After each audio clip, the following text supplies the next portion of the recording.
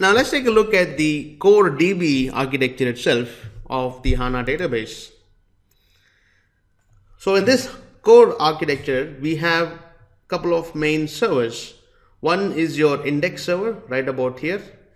Index server plays a very important role because it stores the main data engines. So your row store and column store are stored inside the index server, and it also stores, or it also has all the other engines which are functioning inside of the HANA database. There is another server called the preprocessor server. Preprocessor server helps you to work on the unstructured data when you talk to unstructured data before pushing it into the database. The name server, obviously, as the name goes, it's the owner of all the topology of the server infrastructure. So the name server will know what kind of data is sitting where, if you're doing any partitioning, if you're doing any distribution of data, and also in general the host name and things like that. All of that will be stored inside the name server. So you need all of these functioning just about right to make HANA work. Now let's take a look a little bit deeper inside how SAP HANA index server will work. So let's take UI, for example, and see how a request will come into the database and which are the different engines it will hit while being processed. So let's say you have a UI in some device, whether mobile or a desktop. So let's say you have a web server, and then the information or the service call is routed inside the HANA database. The first stop will be at the session and transaction manager. Now let's take a deeper look. Let's go to the next slide, which has a little bit more information about these engines. I apologize for the slide not being very clear, but I hope you can see.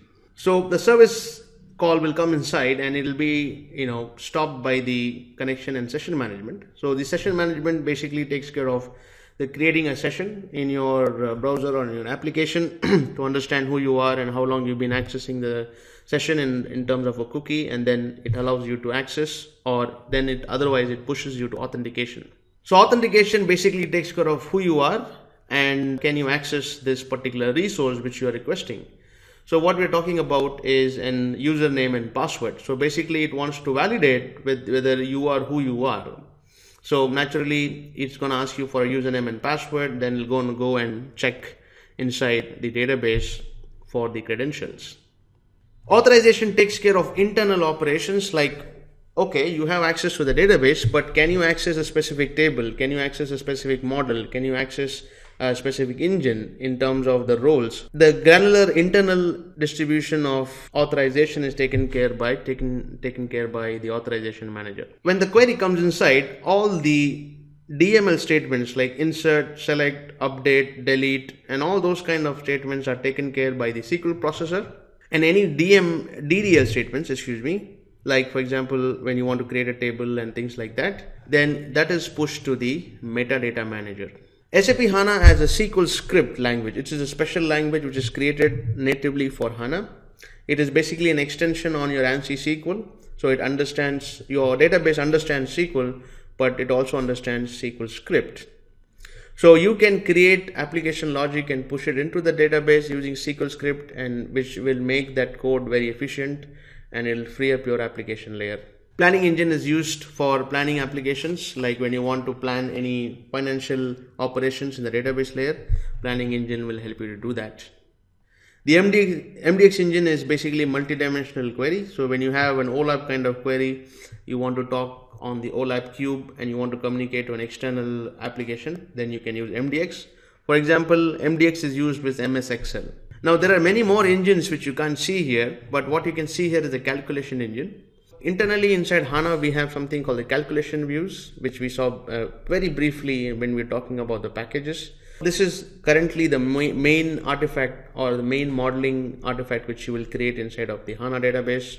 So anything to do with the calculations on a calculation view, that particular part of the query will come into the calculation engine. So we have other engines, like what you can't see here is OLAP engine, which processes all the OLAP queries. Then we have the join engine, which processes the joins, and other engines which we don't have here. Coming down to the persistence layer. Now persistence layer is the one which manages the communication between your RAM and your disk storage, so where you have the data volumes and the transaction volumes. Now, persistence layer is responsible for the consistency of the database. Now, so all the asset properties has to be complied, and persistence layer is responsible for doing that. It does that by managing the two different kinds of data. One is the committed data, one is the non-committed data. So all the committed data will come into page management, and all the non-committed data will come into log information. And naturally, they are reconciled at a certain stage automatically, even if the user does not commit. We'll take a look at more about persistence and things like that in the persistence topic.